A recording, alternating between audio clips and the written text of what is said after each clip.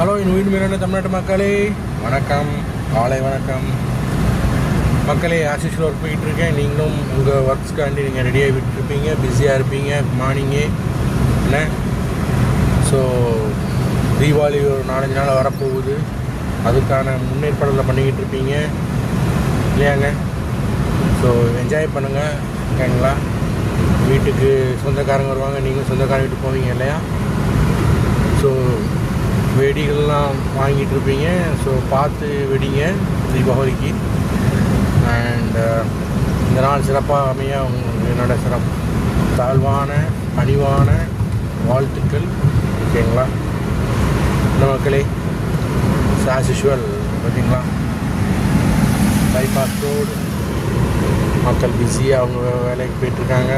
என்ன மக்களே, என்ஜாய் பண்ணுங்கோ. நெக்ஸ்ட் வீடியோவில் பார்க்கலாம். பாய்.